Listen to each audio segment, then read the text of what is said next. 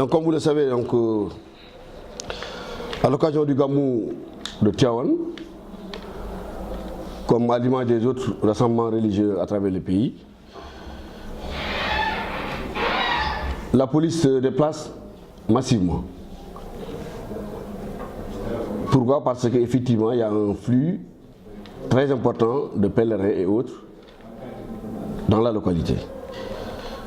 C'est pourquoi, effectivement, un dispositif sécuritaire a été mis en place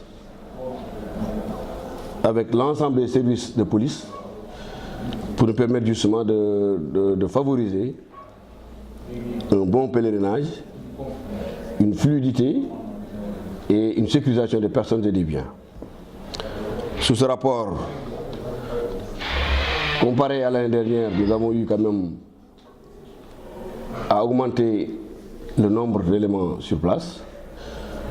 Si l'année dernière on était à environ 1000 éléments, aujourd'hui on est à 1020 environ sur le terrain.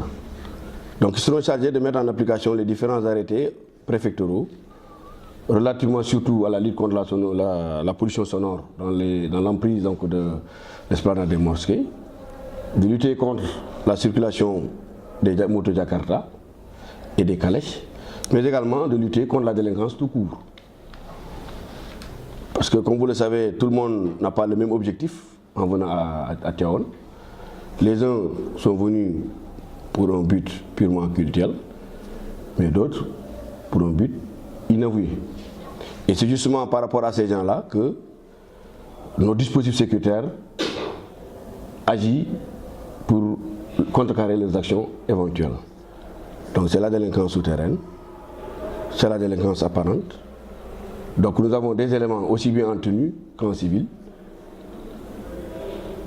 Si bien que, le dispositif est un dispositif hybride qui se confond dans la population.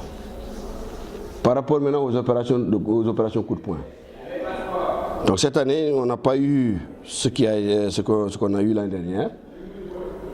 On a comme l'impression que peut-être le rythme de délinquance a plus ou moins évolué dans le bon sens. Mais néanmoins, quand même, des opérations de sécurisation ont été menées, notamment de lutte contre la drogue.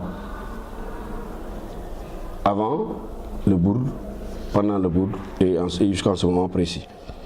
Donc d'une manière générale, en tout cas, ce qu'on peut dire, c'est que le dispositif est là, avec tous les éléments qui le composent, et les gens travaillent bien avant le bourde et jusqu'à nos jours, et continuent de le faire jusqu'après le Gamou. Donc, les arrestations, ce n'est pas des arrestations massives comme c'est le cas, comme c'était le cas à Touba par exemple. À Touba, il y a eu des opérations de sécurisation en amont, donc par rapport à l'événement. Il y a eu beaucoup d'arrestations, ce n'est pas le cas ici. Aujourd'hui, c'est des cas vraiment ponctuels qu'on a eu, donc des cas isolés. Mais dans le cadre d'une opération d'envergure, pratiquement, on peut dire que la situation est sous contrôle. Selon le commissaire, il y a 39 motos Jakarta immobilisées, une fourrière, et 32 calèches immobilisées.